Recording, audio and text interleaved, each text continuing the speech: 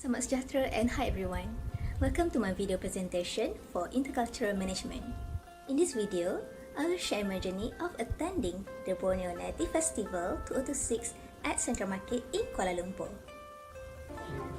Amidst the symphony of beats and bursts of color, we will explore how this celebration becomes a spectacular display of Chapter 6, Organizational Culture and Diversity.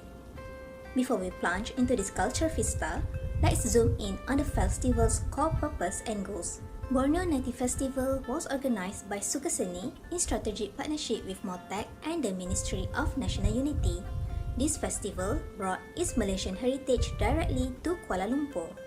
The festival's primary objective were to honor the harvest traditions of Sabah Keamatan and Sarawak Gawai while creating a welcoming community hub for its Malaysians living in Peninsular Malaysia. Crucially, it provided a shared public space for West Malaysians and tourists to engage with, learn from, and celebrate our nation's rich domestic diversity. While the event served as a wonderful cultural celebration, evaluating it through an academic lens requires connecting it to our course curriculum. To analyze this experience academically, 4 key concepts from Chapter 6 guide our analysis. First is domestic multiculturalism. Domestic multiculturalism refers to cross-cultural dynamic that not only occur across international borders but also within our multi-ethnic nation. Second is group multiculturalism. It studies how different subcultures interact in a shared setting.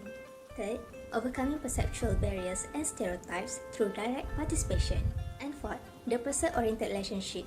It emphasizes the importance of social competence, empathy and mutual respect, fostering the psychological safety within groups.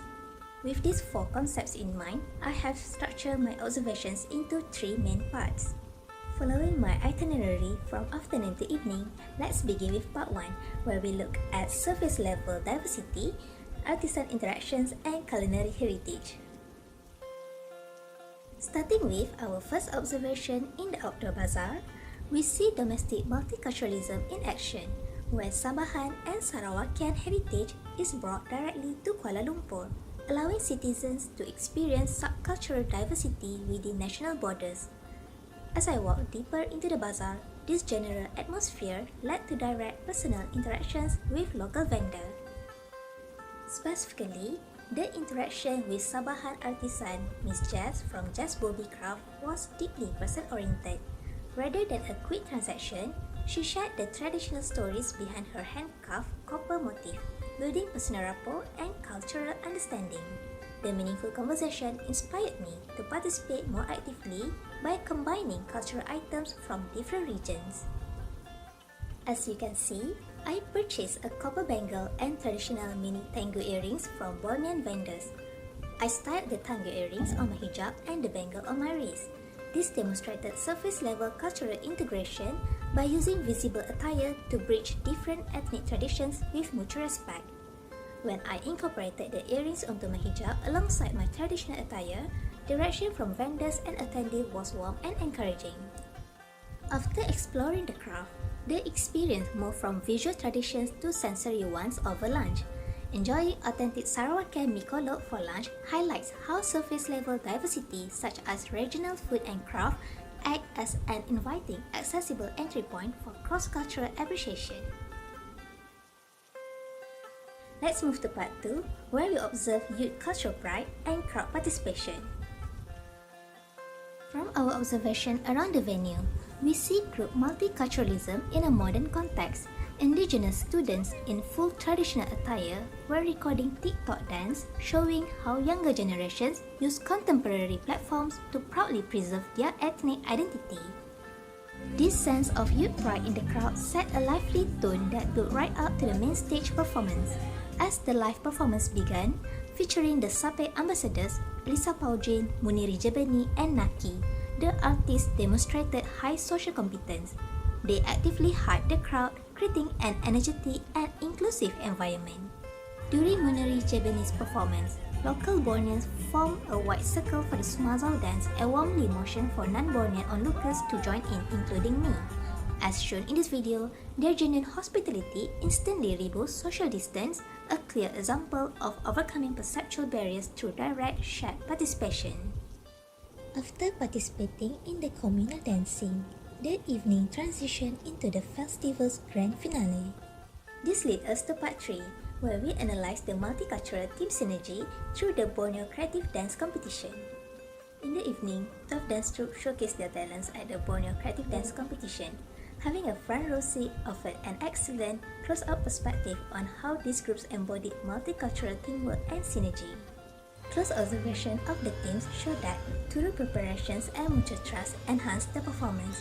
The clips highlight the blend of the traditional tribal choreography with the contemporary storytelling, and the synchronous movement reflect the trust and alignment necessary for the diverse team to succeed. After the competition, a spontaneous dance mob emerged where the audience, organizers, and performers joined and danced together. This shows how a cultural festivities promote lasting harmony among diverse communities. In summary, attending the Borneo Native Festival 2026 emphasized that understanding the cross-cultural dynamic requires both recognizing the international themes and valuing the rich domestic multiculturalism in Malaysia. To deepen our understanding, let's challenge ourselves with a review question that connects our experiences at the festival to Chapter 6. The question is, based on observations at the Borneo Native Festival 2026, how do person-oriented relationships and overcoming perceptual barriers enable managers to foster inclusion in a domestic multicultural workplace? The answer lies in the power of inclusive social behavior. Just as local Bornean attendees use genuine warmth and welcoming hand gestures to invite non-Borneans into the Sumazau dance circle, managers in a workplace who prioritize person-oriented communication help dismantle subcultural stereotypes. This creates psychological safety, ensuring every employee feels valued and empowered to contribute. Thank you very much for taking the time to watch my presentation. Koto Biantadau Tagazodo Keamatan and Gayu Guru Geranyamai.